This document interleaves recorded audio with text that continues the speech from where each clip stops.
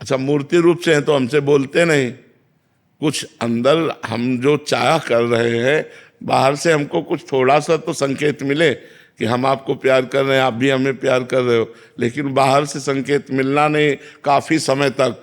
जब आप लंबे समय तक प्यार करेंगे तो आपको हृदय में संकेत मिलने लगेंगे कि भगवान आपको प्यार करते हैं। आपको प्रमाण मिलता जाएगा, प्रमाण मिलेगा कि भगवान प्यार कर रहे हैं। पर है कठिन, क्योंकि वो दिखाई नहीं देते ना, और उनके सिवा कोई प्यार करने वाला है नहीं। पक्का ये तो 100% हम आपको कह रहे हैं। कहीं भी कहोगे बाद में दुख ही मिलेगा, बाद में पछतावा मिलेगा, धोखा मिलेगा। सच्चा प्यार करने वाले तो सिर्फ भगवान है, भगवान के सिवा और कोई सच्चा प्यार नहीं। महाराज जी पक्की बात है महाराज जी, बट हमें तो संसार में ये तो इनको तो अनुभव हो गया कृपा से, बट हमें अनुभव हो रहा है कि खूब मतलब हमें सब प्यार कर रहे हैं, हमें सर सम्मान कर रहे हैं, तो वो अनुभव कब आएगा? यही माया है जो ऐसा अनुभव नहीं होने दे रही कि हमको कोई प्यार नहीं कर रहा। एक सैनिक तो मातृभूमि से प्रेम करता है जी, अगर वो राष्ट्र से प्यार करता है तो वो परोपकारी है। राष्ट्र का प्यार और भगवान का प्यार एक समान पे रखा गया है, उसको अलग नहीं माना गया है। वंदे मातरम कहकर फांसी का फंदा डाल लेना, इसे प्यार कहते हैं। अपने देश के लिए अपने को शूट कर लिया, जब देखा कि आखिरी गोली रह गई तो हम विधर्मियों के हाथ नहीं फंसेंगे, चंद्रशेखर आजाद ने अपने को शूट कर लिया, अपनी प्राण बलिहार कर दिए देश के लिए, वंदे मातरम कहकर फांसी। तो राष्ट्र और भगवान दो थोड़ी है।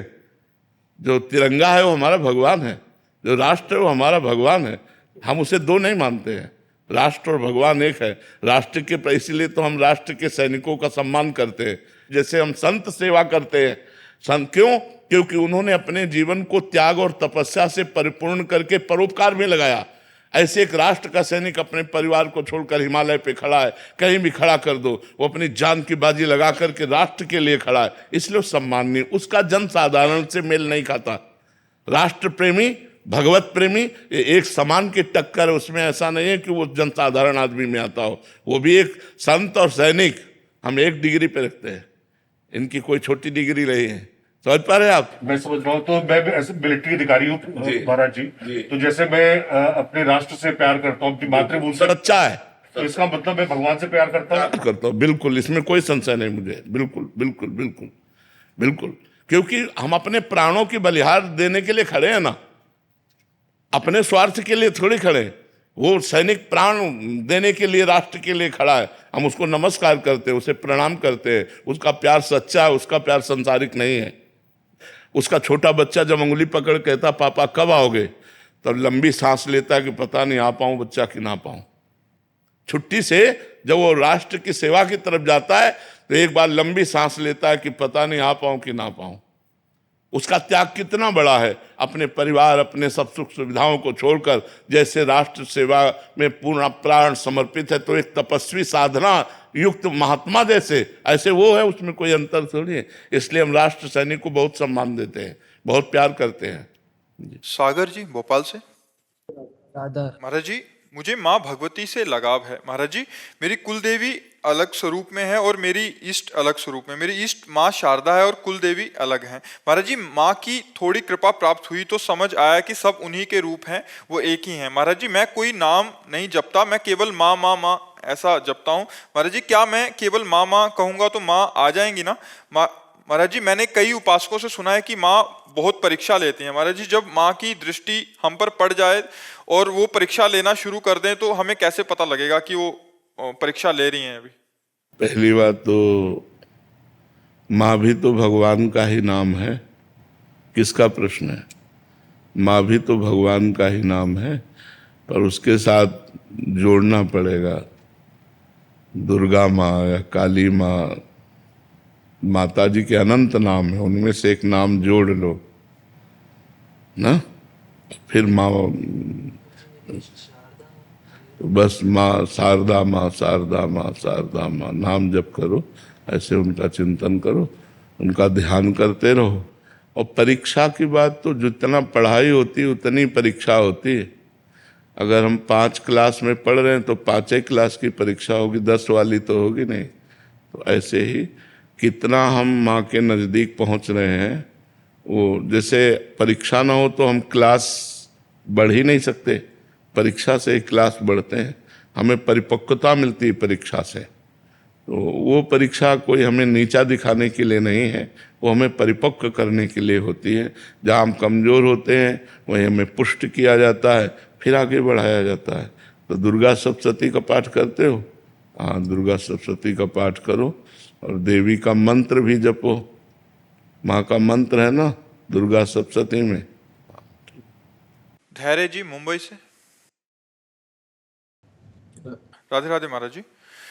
महाराज जी, जैसे मनुष्य शरीर बहुत मुश्किल से मिलता है महाराज, इनका पूरा भाव है कि सत्पुरुषों का संग भी बहुत दुर्लभ है महाराज जी, बट कहते हैं कि सत्पुरुषों के मिलने से पुंज खत्म हो जाता है महाराज जी। तो कह रहे हैं कि वो जो कौन, किसने कहा? नहीं, जैसे मतलब संत दर्शन से पुण्य बढ़ते हैं, संत महापुरुषों के मिलन से पाप नष्ट होते हैं। संत दरस जिम पातक टरई, पातकों को पाप का नाश होता है, पुण्य का नाश थोड़ी होता है। पुण्य तो बढ़ता है तीर्थ जाने से, संत दर्शन करने से, महापुरुषों के सानिध्य से, तो पुण्य हमारे बढ़ते हैं। ये कैसी बात आ गई? पाप करने से पुण्य नष्ट होते हैं और वो पाप संतों के दर्शन से नष्ट होते हैं। संत दरस जिम पातक टरई, ऐसा समझ में आता है महाराज जी। एक उसमें कहते हैं कि पुण्य पुंज बिन मिले ना संता। हाँ, तो हमारे पुण्य एकत्रित हुए तो संतों का सानिध्य मिला, तो उससे और पुण्य पुष्ट होगा। इनका ऐसा भाव है कि पुण्य पुंज जो थे उससे तो संत मिल गए, उससे तो हम गाड़ी मोटर सब कुछ ले सकते थे। नहीं, वो तो एकत्रित है ही, और पुण्य बन गया, और पुण्य बन गया। ऐसा थोड़ी कि पुण्य नष्ट हो गया, नहीं, बहुत पुण्य एकत्रित हुए अनेक जन्मों के, तब संतों का सानिध्य हुआ, तो उससे वो पुण्य और पुष्ट हो गए और हमारे पुण्य बढ़ गए। अब ऐसे पुण्य बढ़ेंगे जिससे भगवान मिल जाएंगे। संत दर्शन का मतलब है भगवान से मिलने की सूचना। अगर सत्संग मिल गया, सच्चे साधु मिल गए, तो इसका मतलब भगवान भी मिल जाएंगे। रिया शर्मा जी। राधे महाराज। राधे राधे महाराज जी। महाराज जी, जब हम भगवान की पूजा करते हैं तो हमें ये लगता है कि हमें ये मिल जाए, हमें वो मिल जाए, हमारी ये इच्छाएं पूरी हो जाएं, तो महाराज जी हमारी ये सोच सही है क्या? मतलब हम इसे पूरा सही भी नहीं कह सकते और गलत भी नहीं कह सकते। गलत इसलिए नहीं कह सकते कि भगवान सबके पिता हैं और स्वामी हैं, और हमको जो जरूरत है तो अपने पिता और स्वामी से ही कहेंगे। सही इसलिए नहीं कह सकते कि ऐसे महान पुरुष, महान परमात्मा को रिझा करके हम बहुत घटिया चीजें मांग रहे हैं, नाशवान चीजें मांग रहे हैं। ये सब परिवर्तनशील चीजें हैं। जैसे किसी सम्राट को प्रसन्न कर लें और कहें साहब 1 वर्ष के लिए भैंस का चारा दे दीजिए और हमारा भोजन दे दीजिए, तो बहुत घाटे में हो गए ना। सम्राट को प्रसन्न करके एक मतलब क्या चीज मांगी? अगर उससे कह देते तो एक गांव का गांव दे देता, पूरे जीवन की गुजारा दे देता, लेकिन हमारी मांगने की सामर्थ्य ही नहीं है, हमारी मांगने की भी सामर्थ्य नहीं। ऐसे हमारी हिम्मत नहीं कि भगवान आप चाहिए, मुझे आपके द्वारा रचित माया की सामग्री नहीं चाहिए, आप चाहिए। चतुरता तो यही है। और जब आप मिल गए तो आपकी माया तो मिल ही गई, वो जाएगी कहाँ? और ये सब नाशवान है। जब शरीर छूटेगा तो सब ये छूट जाएंगे। तो हमें लगता है मांगना चाहिए, पर भगवान से इतना प्यार करे कि मांग के साथ प्यार खत्म ना हो जाए, हमारा प्यार बढ़ता जाए। हमारा वो दे ना दे, हमारा प्यार बढ़ता जाए। भगवान का मिलना सत्य है, उनसे जो वस्तु मिलती है वो सब असत्य है। क्योंकि मकान मिलना, रुपया मिलना, पैसा मिलना है 4 दिन का जीवन है। जब जीवन ही खत्म हो गया तो ये सब किस काम में आएंगे? तो ऐसे आवश्यक हमारे जीवन में भगवान की आवश्यकता है। आप मिल जाओ प्रभु। जैसे एक तरफ 1 किलो सोना रख दिया जाए और एक तरफ पारसमणि रख दी जाए। पारसमणि सोना बना देती है लोहे को स्पर्श करके। तो बुद्धिमान आदमी कौन है? जो पारसमणि ले, सोना नहीं। क्योंकि वो तो 1 ही किलो सोना है और वो तो कुंतलों बना सकता है, टनों बना सकता है, क्योंकि उसके पास पारसमणि है। तो एक तरफ जगत है और एक तरफ जगदीश है। बुद्धिमान कौन है? जो जगदीश को पकड़े, जो जगदीश को पकड़े। हाँ, जो जगदीश को पकड़े, क्योंकि जगत तो उसी का है। जब जगदीश मिल गए तो जगत तो मिल ही जाएगा, और जगत मिल गया और जगदीश ले मिले तो ये टिकेगा नहीं। यहाँ जो भी वो टिकाऊ नहीं है, सब परिवर्तनशील है, सब नाशवान है। विनीता गोयल जी गाजियाबाद से। महाराज जी, संपूर्ण समर्पण पर भी मन में इतनी बेचैनी क्यों? अभी समर्पण हुआ नहीं इसलिए बेचैनी है, किसी का भी हो, अभी समर्पण हुआ नहीं इसीलिए बेचैनी है। आपने मान लिया है संपूर्ण समर्पण, जिस दिन संपूर्ण समर्पण हो जाएगा उस दिन ये लक्षण आ जाएंगे: निर्भय, निश्चिंत, निशोक, विपरीत भावना का त्याग, समस्त संशयों का नाश। ये 5 चीजें अपने आप आ जाएंगी, निर्भयता छा जाएगी। क्योंकि हम भगवान की शरण में हो गए ना, तो सबसे बड़े भगवान हैं। निश्चिंत हो गए, अनंत ब्रह्मांडों का सृजन करने वाला मेरा प्रीतम, अब क्या चिंता करना। वो सर्वत्र है, सर्वज्ञ है। जब सर्वज्ञ है तो उसे पता है हमारी बात, तो हमें चिंता क्या करना। निशोक, किसी भी वस्तु के नाश पर या व्यक्ति के विछोह पर उसे शोक नहीं होता, क्योंकि वो अपने मन को प्रीतम प्रभु में लगाए हुए है और हमारे हृदय में ही है, इसलिए उसे कोई शोक नहीं होता। विपरीत भावना इष्ट के किसी भी विधान में नहीं होती। जोई जोई प्यारो करे सोई मोहि भावे, वो विपरीत भावना नहीं रखता कि ऐसा क्यों कर दिया, और कभी संशय नहीं होता। ये 5 बातें जिसके हृदय में आ जाए तो जान लेना हमारा समर्पण ठीक है। निर्भय, निश्चिंत, निशोक, विपरीत भावना का त्याग और संशय का त्याग। हेमंत जी। राधे राधे महाराज। राधे राधे महाराज जी। महाराज जी, जीवन क्या है? इसे परिवार एवं समाज की सेवा में लगाना चाहिए, भगवत प्राप्ति में? समाज और परिवार की सेवा में लगाते हुए भगवान नाम जप करना चाहिए, पापाचरण से बचना चाहिए, नशाखोरी से बचना चाहिए, और खूब नाम जप करते हुए मेहनत करके धन कमाना चाहिए, उससे परिवार का पोषण करना चाहिए। समाज की सेवा, परिवार की सेवा, अपने शरीर की सेवा और भगवान का भजन, यही मनुष्य जीवन का कर्तव्य है। अगर ये नहीं है तो फिर क्या है? सुअर कुत्ता भी तो अपना पेट भर लेते हैं, सुअर कुत्ता भी तो बच्चा पैदा करते हैं, वो भी सोते खाते पीते हैं ही, फिर हम में उनमें अंतर क्या रह गया? हम समाज सेवा कर सकते हैं, हम दान पुण्य कर सकते हैं, हम धर्म से चल सकते हैं, हम भगवान का नाम जप कर सकते हैं, मेहनत से धन कमा के परिवार का पोषण कर सकते हैं। ऐसा करना चाहिए। मेधा पौदार जी। राधे राधे। राधे राधे महाराज जी। महाराज जी, भगवान पे अति निष्ठा, मतलब बहुत ज्यादा निष्ठा कैसे बनाएं? जैसे मीरा जी की थी, जैसे गजानन की नारायण पे थी, आजकल इस कलयुग में संभव है महाराज जी? संभव है पर कठिन है। असंभव नहीं है पर कठिन है, क्योंकि सबसे पहली शर्त है जननी जनक बंधु सुतदारा, तन धन धाम सुहृद परिवारा, और सबकी ममता ताग बटोरी, मम पद मनहि बांध बटोरी। यही हम फेल हो जाते हैं, पहली शर्त में फेल हो जाते हैं। सबकी ममता ताग बटोरी, मम पद मनहि बांध बटोरी। कहीं प्यार नहीं एकमात्र भगवान से, सब जगह का प्यार समेट कर भगवान के चरणों में निरंतर भगवान की स्मृति, निरंतर भगवान का चिंतन। तो जैसी मीरा जी की स्थिति थी वैसी हो जाएगी। देखो, पहली शर्त मीरा जी की पूर्ण हुई, मेरे तो गिरधर गोपाल दूसरो न कोई। यहाँ हम इतना तो बोल सकते हैं मेरे तो गिरधर गोपाल, लेकिन ये नहीं बोल सकते दूसरो न कोई। ईमानदारी से अभी कहीं शरीर, कहीं मन, कहीं परिवार, कहीं भोग, कहीं कुछ, कहीं दूसरो न कोई। सबकी ममता ताग बटोरी, मम पद मनहि बांध बरडोरी। एकमात्र श्री भगवान से अपना संबंध बस हो गया। फिर क्या है? फिर तो निष्ठा बढ़ती चली जाएगी। फिर तो जैसे गोपीजन कहती है, कान भये प्राण में और प्राण भये कान में, ही में ना जान पड़े कान है कि प्राण है। कैसी महामहिमामयी स्थिति! कान भये प्राण में, प्राण भये कान में, और उधो ही में ना जान पड़े कान है कि प्राण है। कान ही प्राण है, प्राण ही कान है। भगवान उनके प्राण बन गए, प्राण में भगवान हो गए। कैसे महिमा! ये स्थिति आ जाती है, ये स्थिति। बस खूब भजन करे, डट के भजन से आएगी।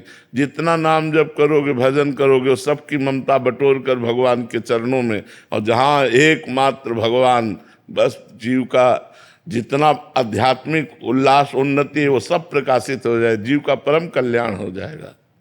सुभद्रा जी गुजरात से। राधे राधे महाराज जी। महाराज जी, हम सब भगवान के अंश हैं, हम सब भगवान में से ही उत्पन्न हुए हैं और अतः अंत में भगवान को ही पास जाना है। तो महाराज जी, भगवान ने ये जन्म और मृत्यु बनाया ही क्यों? सब उनके ही हैं, तो भगवान अपने अंश ही अपने पास क्यों नहीं रख लेते अपने अंश को? भगवान अपनी गोद में लिए हैं बच्चा, भगवान तुम्हारे हृदय में बैठे हैं और तुम और भगवान दो नहीं हो। बस यही अज्ञान तो हटाना है, अज्ञान हटा सब समझ में आ जाएगा। ये क्यों जब तक रहता है तब तक अनुभव में नहीं आता है। भगवान अपने आप से अपने आप में खेल रहे हैं। एक ओहम बहुत श्यामा, वो परमात्मा एक ही बहुत रूपों में खेल रहा है। आप क्या समझते हैं? आप कौन है? आप स्त्री हैं। स्त्री तो ढांचा है। आप कभी अपने जीवन में देखिए कि आप कौन है। आप परमात्मा के स्वरूप हैं भाई। परमात्मा ने नहीं फंसाया, आप खुद फंस गए हो। अपने को शरीर मान करके, अपने को भोगों में मान करके खुद फंस गए हो। नाम जप करो, सब ठीक समझ में आ जाएगा। किसका प्रश्न है? हाँ, खूब नाम जप करो, नाम जप से बन जाएगा। परमात्मा ने नहीं फंसाया है। अंश कहने मात्र का होता है। जैसे गंगा जल से एक चम्मच लो तो गंगा जल, एक टैंकर भरो तो गंगा जल। तो गंगा जल तो गंगा जल है, चाहे एक बूंद हो चाहे। तो ऐसे पूर्ण परमात्मा है, उसका अंश भी परमात्मा स्वरूप है। लेकिन आप अपने को कहाँ परमात्मा स्वरूप जान रहे हो? आप अपने को स्त्री जान रहे हो, आप अपने को मनुष्य मान रहे हो। तो साधना करो, ज्ञान उत्पन्न हो, तब ये बात जान पाओगे। कोई फंसाव नहीं है। हम खुद फंसे हुए हैं, हम खुद पकड़े हुए हैं। माया कोई नहीं है, हम ही भ्रम किए हुए हैं। हमारे भ्रम का नाम ही माया है। भ्रम नष्ट हो जाए, जासु कृपा सब भ्रम मिट जाई, गिर जा सोई कृपाल रघुराई। अब आराधना करो, नाम जप करो तो सब ठीक हो जाएगा, सब समझ में आ जाएगा। अच्छा, अब जैसे प्रश्न हो कि भगवान ने संसार क्यों बनाया, बोले को हम बहुत श्यामा, भगवान ने अपने आप को बनाया। तो भगवान ने अपने आप को बनाया क्यों? अब इसका क्या उत्तर है? मान लो हम क्यों पर क्यों लगाते जाएं तो इसका कोई अंत थोड़ी है। भगवान ने ऐसा क्यों किया, कि अगर जानना है ऐसा क्यों किया तो सिद्धांत है, भजन करो जान जाओगे। भजन बिना ये बातें बुद्धि से थोड़ी समझ में आएंगी। हमारी बुद्धि है बहुत छोटी और भगवान है समुद्र। तो एक सीपी से समुद्र नापा जा सकता है क्या? ऐसे असंख्य सीपियां अगर लग जाएं तो भी समुद्र को उलीचा नहीं जा सकता। ऐसे हम सब मिल करके अपनी बुद्धि लगाए तो भी भगवान कैसे हैं, कितने हैं, पार नहीं पा सकते। भजन करो तो आपकी बुद्धि में वो कृपा करके अनुभव करा देंगे, आपको ज्ञान हो जाएगा, पक्का ज्ञान हो जाएगा। जैसे हैं जितने हैं वो आपकी बुद्धि में प्रकाशित हो जाएंगे। पर भजन करना पड़ेगा, डट के भजन करो। मानवेंद्र जी। राधे राधे। राधे राधे महाराज जी। महाराज जी, मैं मेरे जीवन में जो लोग हैं उन सबको खुश देखना चाहता हूं। मैं किसी को दुखी नहीं देख सकता, परंतु सबको खुश करते करते मैं खुद ही नाराज हो जाता हूं। कई बार लगता है कि हमको भी लगता है सब सुखी रहें, सब प्रसन्न रहें। कोई रोड पे चल रहा है, उसके साथ कुछ अत्याचार हो रहा है तो उसके लिए लड़ जाते हैं। बिल्कुल, धर्मात्मा पुरुष का यही लक्षण है। वो अधर्म होते नहीं देख सकता, स्वयं चाहे दुखी हो जाए, स्वयं चाहे पिट जाए। और ऐसों को भगवान रक्षा करते हैं, ऐसों का साथ भगवान देते हैं। आजकल तो ऐसे बहुत कम लोग हैं, आजकल वीडियो बनाने वाले लोग जरूर हैं। किसी को कोई परेशान कर रहा है, उसका वो वीडियो बना के सोशल मीडिया में तो डाल सकता है, लेकिन वो दौड़ के जाके उसे बचा नहीं सकता है। बोलने का सामर्थ्य नहीं हुआ। समर्थन है, ये किसी धर्मात्मा पुरुष के हृदय में होता है। ये ऐसे बहुत कम लोग होते हैं, बहुत कम लोग होते हैं। भगवान कृपा करें और ऐसे लोगों की बुद्धि स्वस्थ रखें, बलवान रखें, कभी उनके मन में संशय ना आवे तो बहुत अच्छा है। समाज ऐसे ही लोगों के द्वारा अगर भर जाए तो दुख नाम की चीज न रह जाए। हम एक दूसरे के दुख को मिटाने लगे। अब एक आदमी है, वो देख रहा है कि वो एक आदमी स्त्री की जंजीर लेकर के भाग रहा है और वो उसका वीडियो बना रहा है। एक आदमी है समस्या में फंसा हुआ है, वो उसका वीडियो बना रहा है। एक आदमी है उसे सांड मार रहा है, वो उसका वीडियो बना रहा है। अरे वीडियो बनाने का समय है, इस समय दौड़कर उसकी जान बचाओ। तो किसी तरह आप उस समस्या का समाधान बने। लेकिन आज की समाज समस्या का समाधान। अगर एक्सीडेंट हुआ पड़ा है तो कार का शीशा खोला, वीडियो बनाया और चले गए।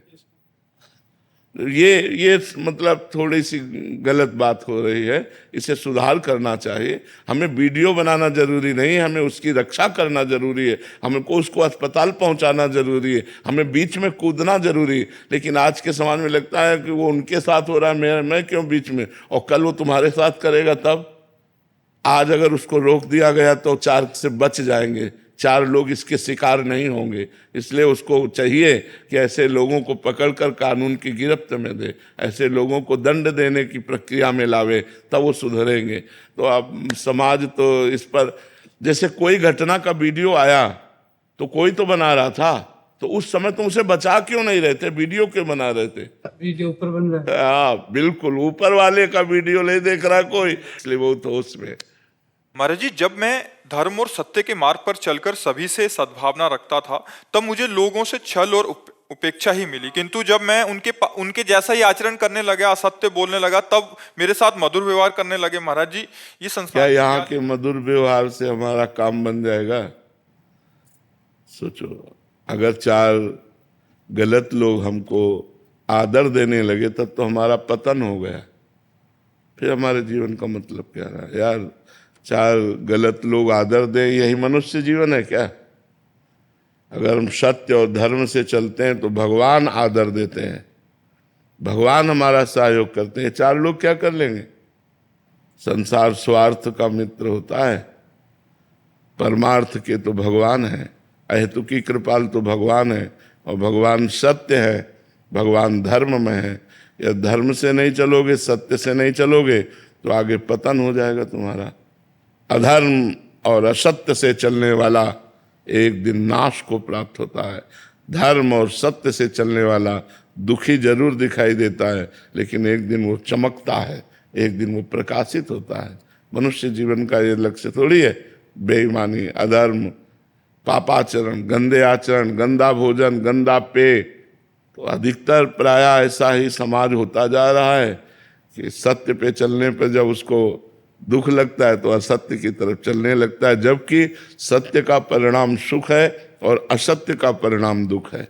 वो गलत मार्ग है, गलत मार्ग नहीं चलना चाहिए। महाराज जी, अपन सबका एक स्वभाव है, जहाँ भीड़ होती है वहीं हम भी भीड़ के साथ लग जाते हैं। हाँ, तो असत्य आचरण करने वालों की, भ्रष्टाचार करने वालों की भीड़ है, बाहुल्यता है, और मन भी राजी हो जाता है उसी, जल्दी पैसा आए, जल्दी सब कुछ भोग मिले।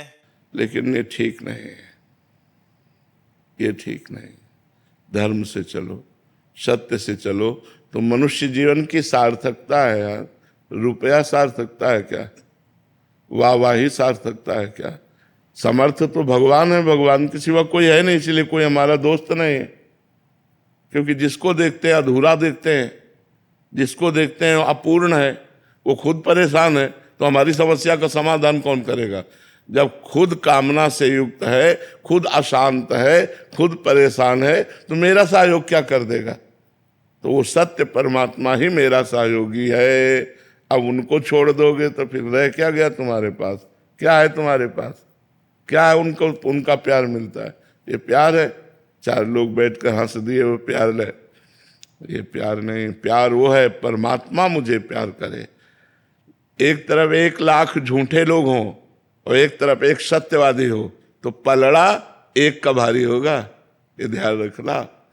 कौरवों की 11 क्षोणी सेना थी, भीष्म जैसे महाबली थे, और पांडवों की 7 क्षोणी सेना थी, लेकिन विजय किसकी हुई? धर्म की। धर्मराज युधिष्ठिर सिंहासन पर बैठे, ना कि कौरव। विनाश हो गया पूरे वंश का। इसलिए बहुत होश में चलो। अधर्म वाला ऐसे हाइलोजन की तरह चमकता है और फ्यूज हो जाता है, और धर्म वाला दीपक की तरह जलता है, लेकिन बहुत काल तक जलता रहता है, प्रकाश देता रहता है। राधे राधे महाराज जी। महाराज जी, धाम के प्रति अज्ञानतावश अगर कोई अपराध हो जाए तो क्या उसका निवारण संभव है? हाँ, जैसे माँ की गोद में हम शौच कर देते हैं, लघु शंका कर देते हैं, जब छोटे थे अनजान में, तो माँ ने कहीं हमें अपराधी थोड़ी माना। ऐसे वृंदाटवी प्रभाव सुन अपनों ही गुण देत, जैसे बालक मलिन को मात गोद भर लेत। जैसे मलिन बालक को माता गोद में उठा लेती है, ऐसे हम सब अपराधी जीव हैं। वृंदावन कृपा करके हमारे अपराध नष्ट करके और प्रिया प्रीतम से मिला देता है। तो धाम की ही रज का सेवन करे, धाम से ही विनय प्रार्थना करे कि हमसे जो अपराध बन गए हों जाने अनजाने में, मानसिक वाचिक या शारीरिक, हे वृंदावन धाम, हे वृंदावन के प्रेमी महापुरुषों, हमें क्षमा करो, तो क्षमा कर देंगे। ये कह रहे हैं कि बचपन में एक और चीज हुई थी कि गोवर्धन शिला को नासमझी में विदेश ले गए और वहां पता नहीं कैसी बुद्धि भ्रष्ट हुई कि बाद में वहीं उनको फेंक दिया महाराज जी। फिर महाराज जी अभी जब समझ आई तो बहुत ज्यादा जघन्य अपराध, अक्षम्य अपराध लग रहा है। महाराज जी इस अपराध से कैसे मोचन हो? अभी तो मैं वापिस नहीं ला सकती, बट उसका ये तो बहुत बड़ा अपराध है। गिरिराज जी को, ब्रज 84 को उसकी सीमा के बाहर नहीं ले जाना चाहिए, कभी भूल नहीं करनी चाहिए, किसी को भूल नहीं करनी चाहिए। गिरिराज जी से ही प्रार्थना करो, वही करुणा करके क्षमा करेंगे। गिरिराज जी से ही प्रार्थना करो, वही करुणा करके, अनजाने में हो गया तो उन्हीं से प्रार्थना करो। बकाया गिरिराज जी की शिला नहीं उठानी चाहिए। अगर उसे ब्रज 84 को उसके अंतर्गत कहीं रख सकते हो, बाहर ले जाने का प्राविधान नहीं है। गिरिराज जी को बाहर ले जाने का प्राविधान नहीं। अनूप गर्ग जी। राधे राधे।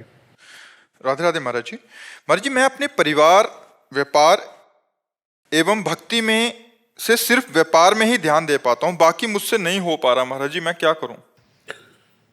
प्राय ऐसा संसार में सबसे, पर भजन तो करना पड़ेगा। नहीं, व्यापार तुम्हें मृत्यु से थोड़ी बचा लेगा और यहीं छूट जाएगा ये व्यापार।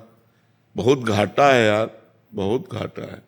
इसलिए राधा नाम तो जपो ही, जब जो तुम्हारे साथ जाएगा वो भगवान का नाम है, नहीं तो बहुत घाटा है यार। यहाँ कितना, मतलब थोड़ी देर सोचो, कितनी मेहनत करके आप घर बनाते हैं, कितनी मेहनत करके आप एक अच्छी व्यवस्था कर पाते हैं। गाड़ी खरीद ली, बच्चों के ब्याह कर लिए, परिवार सब खुशहाल है, और मर गए। न बच्चा साथ गया, न पत्नी गई, न बैंक बैलेंस गया, न गाड़ी गई, न मकान गया, सब छूट गया। अब फिर नया जन्म, अब पता नहीं किस योनि में जन्म हो। ये जरूरी थोड़ी कि मनुष्य योनि मिलेगा। सुअर, कुत्ता, गधा, ऊंट, भूत, प्रेत, क्या बनना पड़े यार, कुछ मतलब गारंटी नहीं है। इसलिए हमें चाहिए कि भगवान का नाम जप, और इसमें गारंटी हो गई। यदि आप नाम जप कर रहे हो और आप मतलब कल्याण नहीं हो पाया किसी कारण, अपराधवश, तो आपको पुनर्जन्म होगा, और जन्म ऐसी जगह होगा, श्रीवान, कुलवान, बहुत अच्छी जगह जन्म होगा, क्योंकि आपने भगवान का नाम जप किया है। और फिर आपको भक्ति मिलेगी, और फिर उस जन्म में आप भगवान को प्राप्त कर लेंगे। तो यार जबरदस्ती जपो, राधा नाम जप करो, नहीं, हाँ जबरदस्ती जपो, जब समय मिले राधा राधा राधा राधा राधा राधा, यही साथ जाएगा, और यहाँ कुछ साथ जाने वाला नहीं। पैसे कमाने के बाद भी ना ऐसा लगा कि कुछ अभी हासिल नहीं हो पा रहा। ये सबको लगता है, जिसके पास खरबों हैं, अरबों खरबों हैं, उनको भी बड़ी कामनाएं हैं। आपको करोड़ों की है तो किसी को अरबों की है, तो किसी को खरबों की है, किसी को 100 रुपये की है, किसी को 1000 रुपये की है, किसी को 10,000 रुपये की है। कोई ऐसा नहीं जो कामना रहित हो, सबके अंदर कामनाएं हैं। कामना रहित है तो वही रहित है जो भगवान को प्राप्त हो गया है। जो भगवान को प्राप्त हो गया है या जो भगवान के नज़दीक पहुंच रहा है, वही सब, ये सब झूठा। थोड़ी देर सोचो यार, जहां हमारा सब कुछ उतरा लिया जाएगा, शरीर तक छोड़वा लिया जाएगा, अकेले भेजा जाएगा, सब यहीं पड़ा रह जाएगा। यार कितना धोखे का धंधा है यहाँ, कितना धोखे का धंधा। एक आदमी पूरे जीवन मेहनत कर पाता है, तब अच्छा मकान बना पाता है, तब वो एक गाड़ी खरीद पाता है, तब वो एक सुखी जीवन, और जब एक पूरा सुखी जीवन बनाया तो अब भोगने लायक नहीं रह गया, बुढ़ापा आ गया, फिर मृत्यु आगे भी चला गया। यार बहुत धोखे का है। इसलिए राम नाम, कृष्ण नाम, राधा नाम, हरि नाम, जो नाम प्रिय हो, नाम जरूर जपो। अगर आपने 1000 बार रोज नाम लिया है तो आपका परम मंगल हो जाएगा। यार क्या जाता है, काउंटर से 1000 बार राधा राधा, जब समय मिले तब बोल लिया करो। करोगे? काउंटर है, खरीद लो, आज से खरीद लो, नया व्यापार शुरू करो, राधा नाम का व्यापार।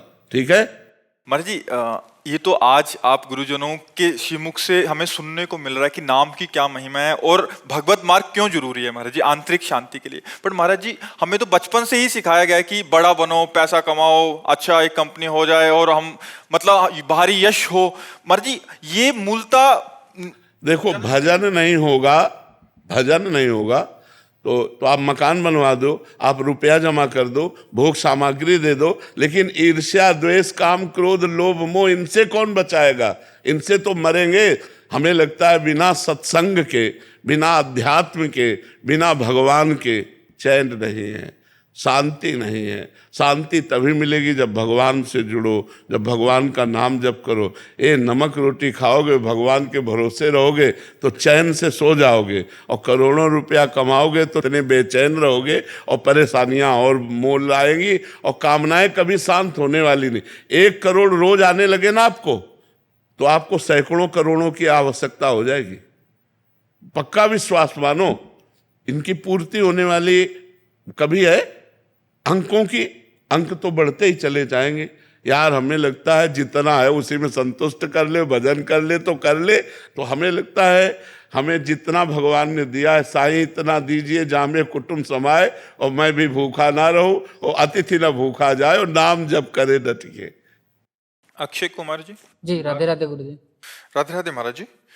महाराज जी क्या ईश्वर में आस्था रखने वाले भक्तों के ऊपर भगवान बहुत कष्ट नहीं देते?